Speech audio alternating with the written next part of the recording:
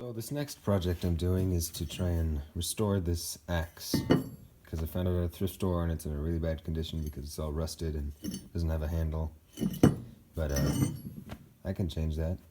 So first order of business is probably to cut this spike off, because I don't really know if I'm going to be able to use it, and then cut some shapes out of here. See if that'll make it look any better. I'm also going to grind this little nubbin off because it's in my way. Please always wear a mask while cutting anything, especially if it's, toxic or harmful in any way. Hearing protection is just important too.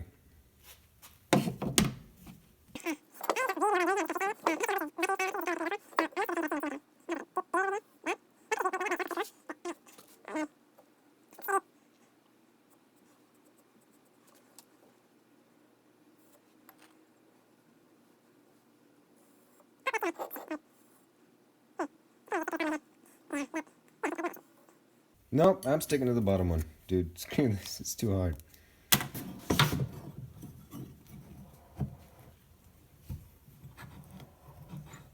So whenever you have a tool like this grinder, always keep the safety guard on. I don't, because it makes it harder to reach stuff when you're cutting things. Face protection is important, just saying.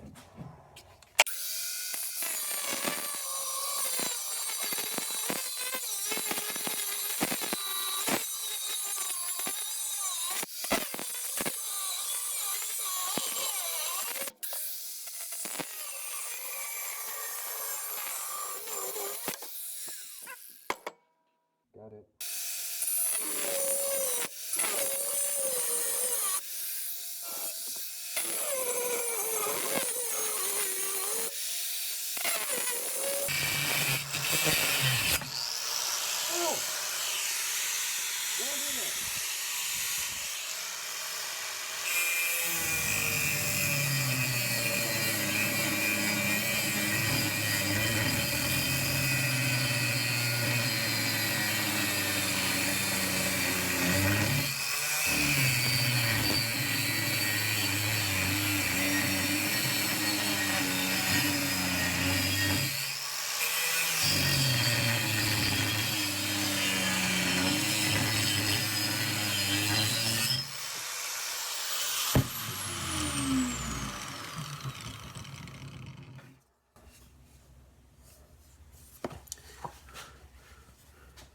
So while I was cutting it, I could see a little like particles of rust coming off, but it smells awful in here. So yeah, wear a respirator when you do this. I'm gonna use one of these cheap clamps from Harbor Freight because they're cheap, but I mean they don't really work very well, I guess. But, clamps are really expensive, and if you can help it, save on clamps.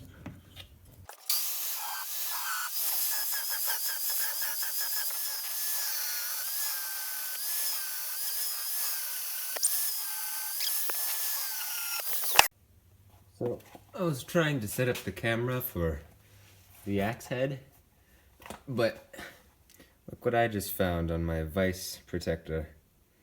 This little bugger flying around. Yeah, he probably can't breathe very well right now. I'm gonna go put him outside.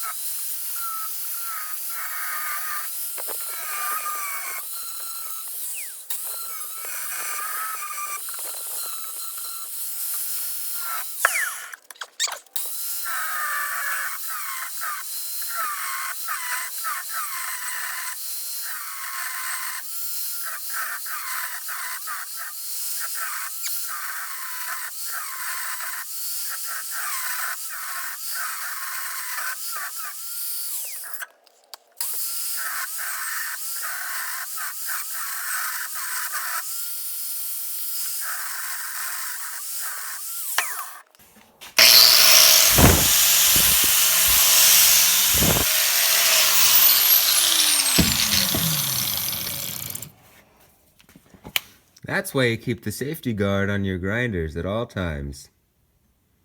Yeah, that kind of hurts. I'm gonna go in and see if I can, yeah. I'm gonna switch the disc to flap disc, because this is just a whole bunch of pieces of sandpaper glued together. So I'm gonna see if I can round this out with that.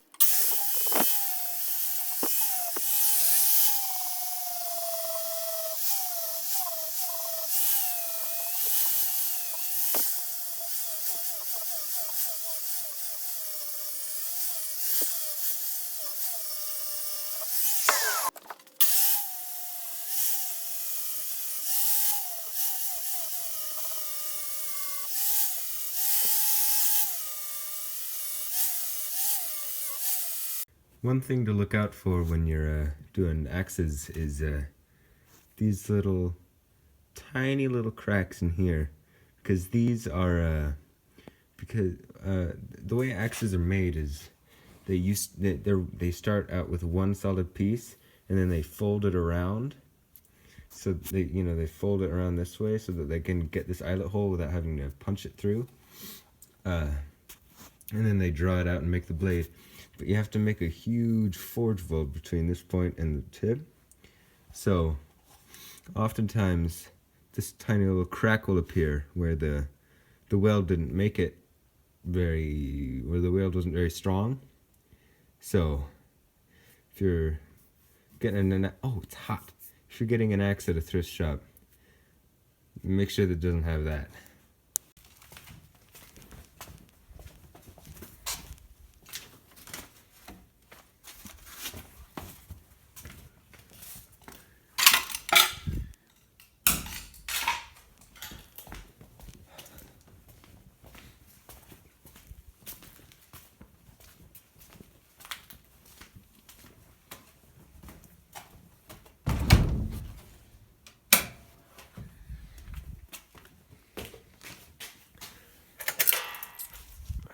I think that's her done for tonight.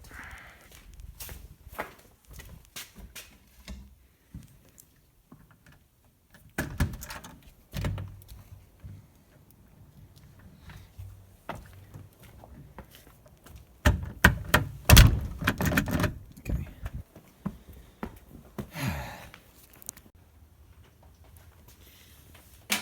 Alright, I'm going to switch the disc on the angle grinder and cut this part up.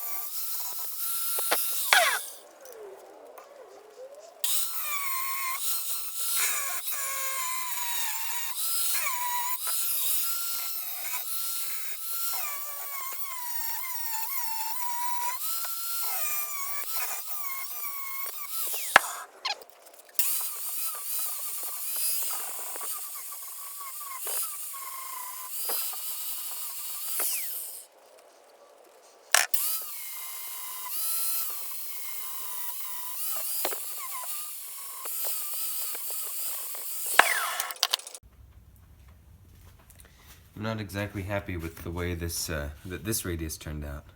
This is the top one, and this is the back top. I don't know. You'll see in a minute.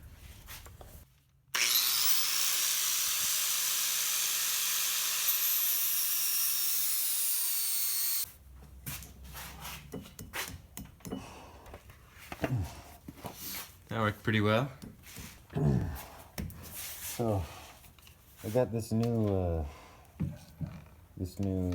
rust remover attachment for the angle grinder. I haven't used it much. I've certainly never used it on anything like this. It's still hot. But I'm going to see if it works, to see if it can remove all the rust from here. That didn't really work as well as I thought it would. Ow! It's hot. It just kind of, it just kind of spread the rust out. It worked really well up in here, but then it started to not work so much. It's still too hot to touch, so I'm gonna wait for it to cool down to do anything else.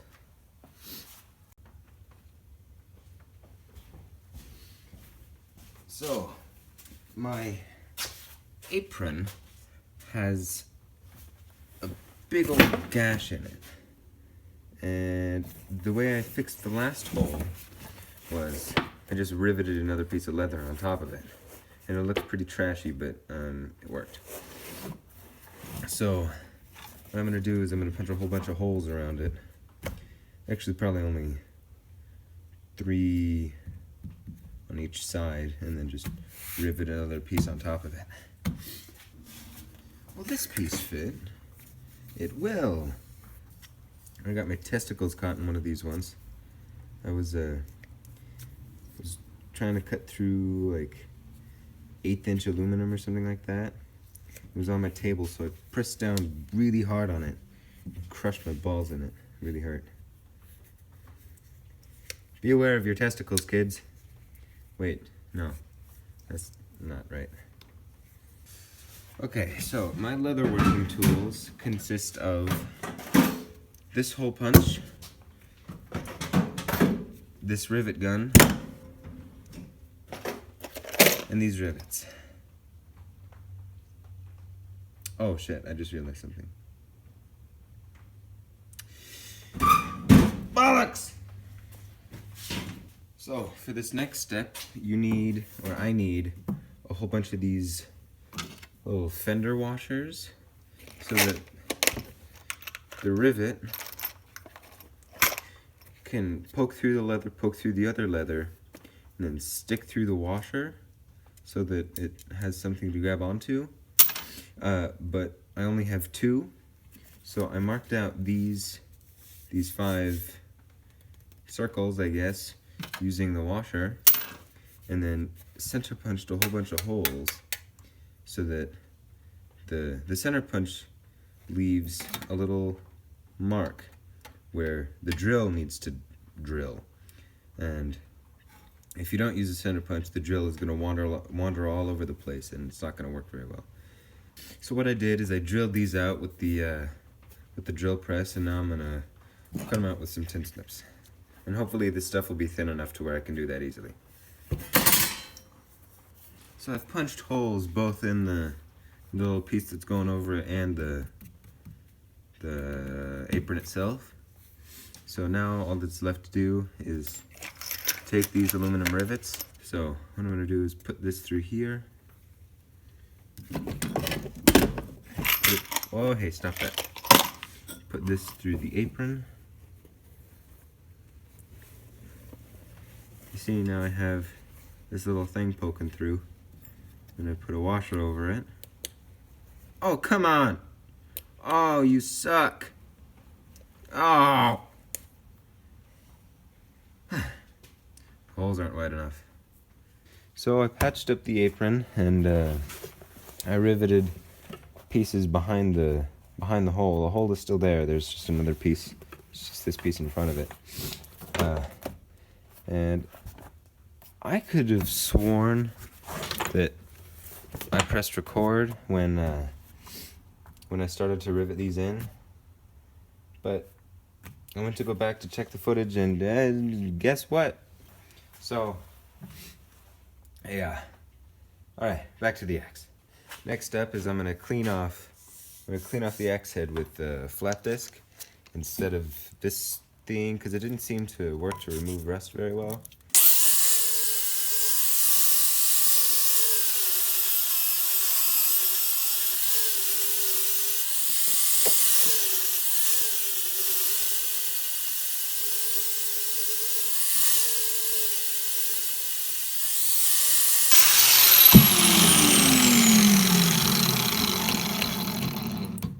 Oh, Fucking cold out here. these little marks in here are where rust started to deteriorate the surface, because this got pretty rusty. Oh, that feels nice.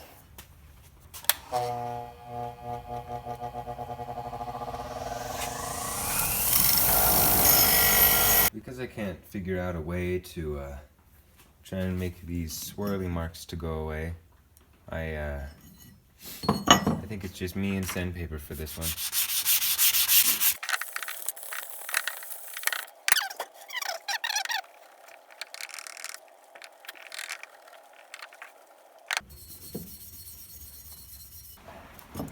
Alright, let's move on to making the handle.